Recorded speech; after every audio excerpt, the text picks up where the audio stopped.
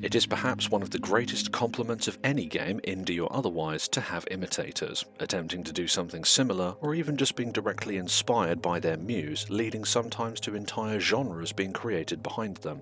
Topics for other videos, no doubt.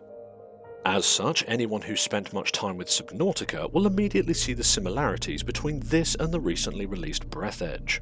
The most common one-sentence review for Breathedge will say Subnautica but space. Prepare for these comparisons a lot, it's fairly unavoidable. This isn't even just fans drawing similarities, the game has several Subnautica Easter eggs showing they clearly had a deep appreciation for their inspiration. Which brings us to Breathedge itself. Released by Red Ruin Softworks into early access in 2018 with its full 1.0 release in February of this year, the game is your standard fair sci-fi survival exploration game with little you haven't seen before if you've even had a cursory dip of your toes in the category. Explore, gather resources, use to make better things to explore with, repeat. Even the story will seem familiar if you've played Subnautica. The plot introduction is simple enough. You play as a man named the man who was seemingly transporting his deceased grandfather via Breathedge, an intergalactic funeral shipping company, until a disaster strikes mid-voyage. The starship, the Unnamed, decompresses and you're nearly pushed out into space, but you do lose the coffin your grandfather is in the process. This is all told to you via a little interactive intro cinematic, allegedly recounting the tale to coffin mobsters in some kind of interrogation. Plot points for later, I suppose. And instead cuts away from that to dump you right into the game. Before I get into all that though, I feel it's best to get the good things out of the way first. Let's look at what I feel Breathedge does incredibly well, and there are definitely a few of those.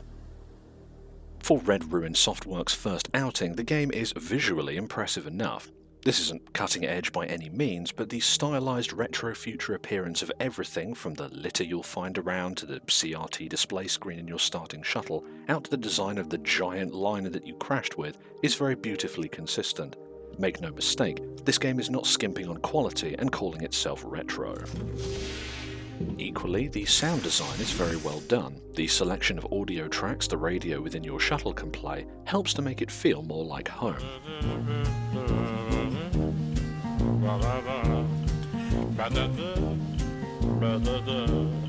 Very homely, though cannot be heard when out in the vacuum of space, a subtle but nice effect. By contrast, the somber, quiet music and ambience when out in space itself is simultaneously calming, while also giving a sense of isolation and loneliness, mixed with an underlying feeling of despair, truly driving home how hopeless the man may very well feel. I found it suitable enough as a general theme that you've been listening to it since the video began.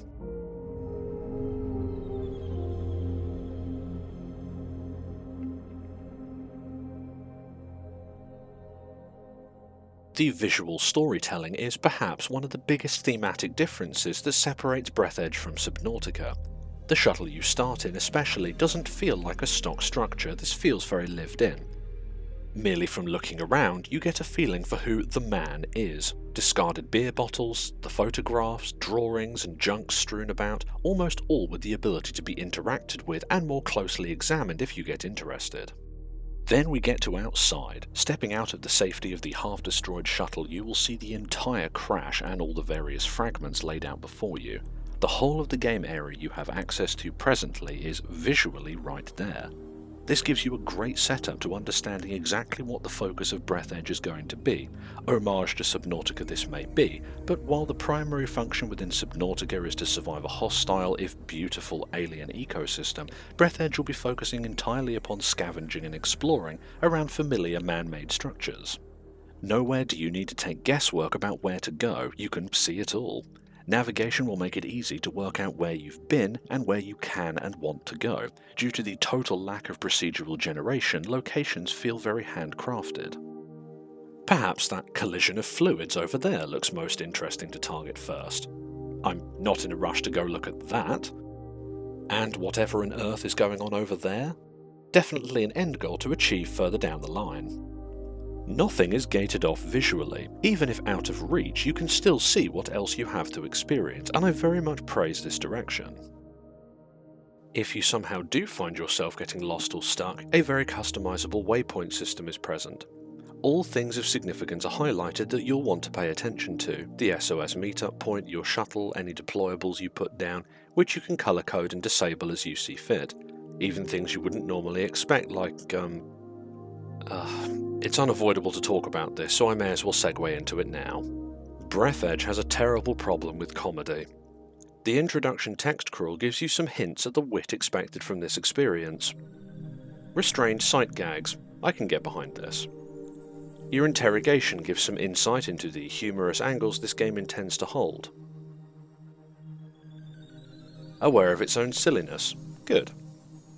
Taking control, you'll be introduced to the main character you'll be talking to throughout the game, your own spacesuit.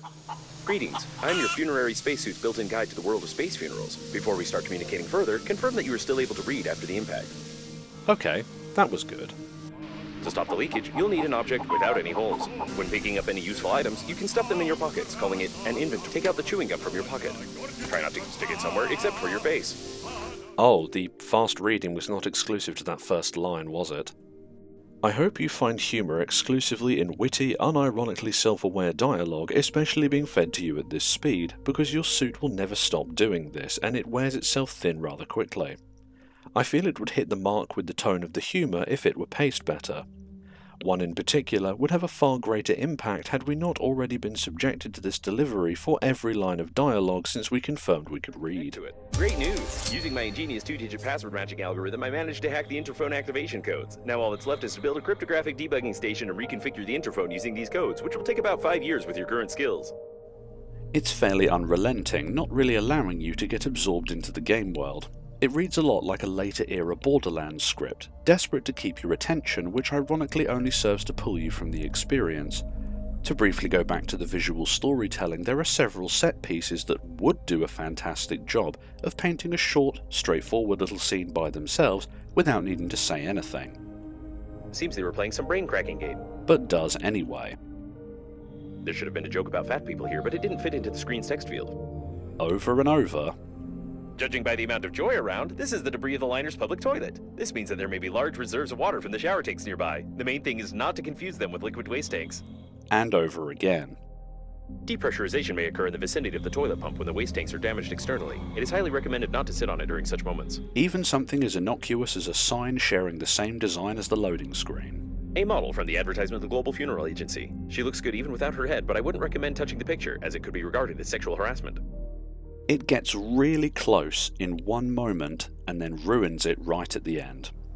The earlier reference that led us to the topic of comedy is this fellow down here. Okay, so, wow, this gentleman was not having a good day when the crash happened. Judging by the degree of decomposition, this subject died long before the catastrophe. We have a murder here, Sherlock, and we just have to ignore it. But this actually looks interesting to explore and discover. It is also a unique way to introduce you to the light bulb, a crafting component you may have already been looking for. To remove the waypoint permanently from your tracking list, you need to determine what happened here. This puzzle isn't complex. Once again, the visual storytelling paired with the lighting does a stellar job of making this easy to resolve. Ah, there we go. Adultery. Classic. Male impotency. That is marvellous packaging. Okay, a nice acknowledgement of that semi-optional piece of exploration. The evidence is collected. The investigation is successfully completed. It is obvious that the victim was poisoned by a Novichok chemical weapon for treason. This is confirmed by the cipher from a note that the female agent lost at the scene of the crime. Some special agency clearly had a hand in this.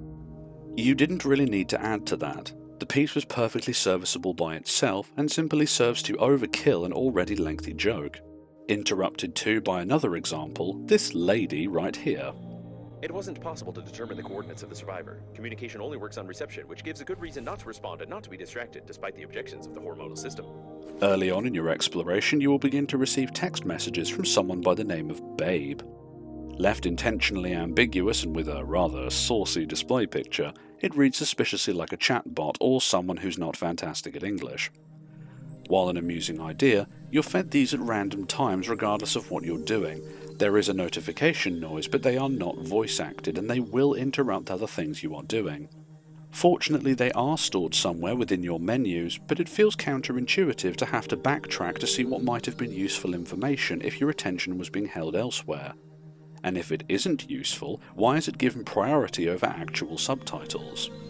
What I find arguably most irritating is its self-referential humour to developers padding out game length. There's nothing wrong with poking holes at game tropes like this, Lord knows it's an annoying feature. I'd like to show you the one singular joke that I laughed at, if you can call it that, in Duke Nukem Forever, arguably the one game in history trying its absolute hardest to be unbearably witty. Access denied. Keycard required. Keycard? I don't need no fucking keycard. Subverted expectations by not doing it. In comparison to Breathedge, however, it will frequently make references to what they and other developers do to pad game length, and then feature that exact mechanic. Not only that, but it was deemed a significant enough joke to be featured prominently on the store page. I'm usually brought back to one word when describing this: pacing.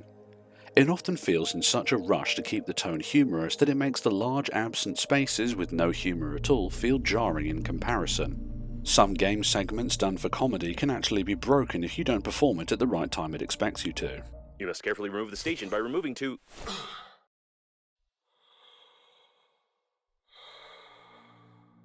You must carefully remove the station by removing two...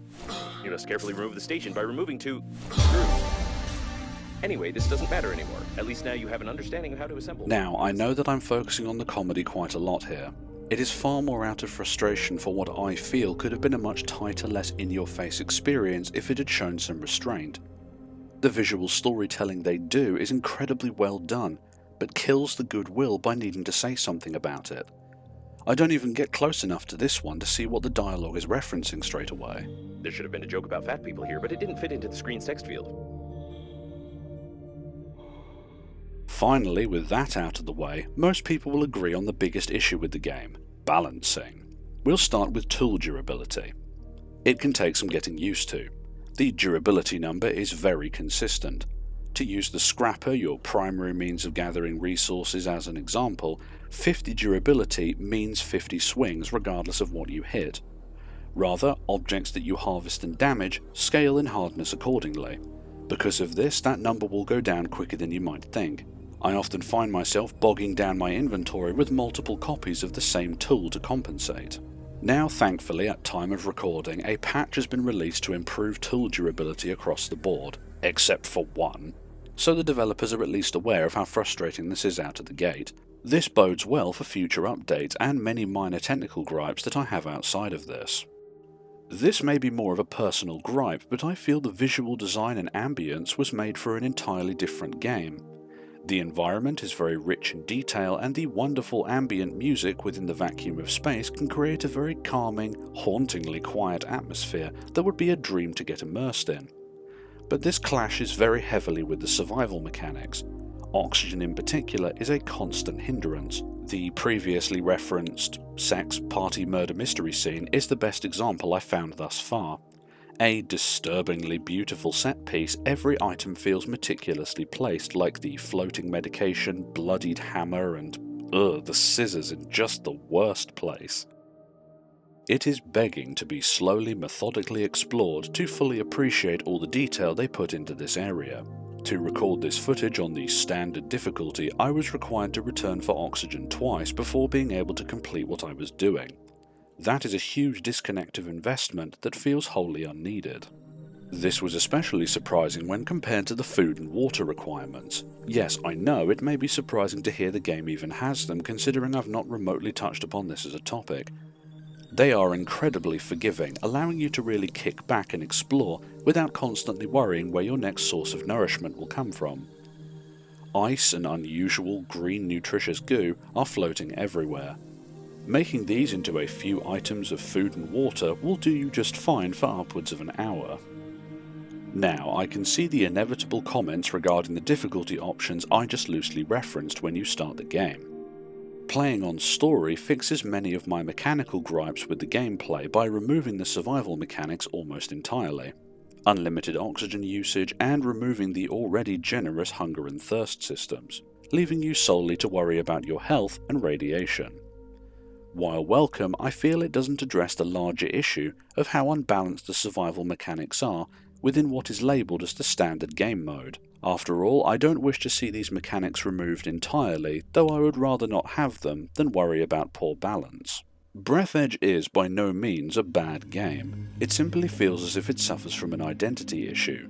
The comedy and survival aspects suggest a faster, more urgent experience where blowing through the content is par for the course. But the loving attempts to give a unique, varied area for you to explore, coupled with my almost uncomfortable fondness for the ambient music, suggest a game you'd really love spending time in, rather than it simply being a chore tethered to oxygen pockets where you can find or construct them. If you can stomach the constant barrage of humour, I would suggest saving yourself the trouble of the survival mechanics right now and focus on the story mode. As it stands, Breathedge is an homage to a titan of the genre, attempting to add a unique spin, but at least for the first portion of the game feels like it falls short of achieving that goal. Thanks to story mode though, I feel enough of a draw to advance through the chapters I've not yet reached just to see where this experience goes.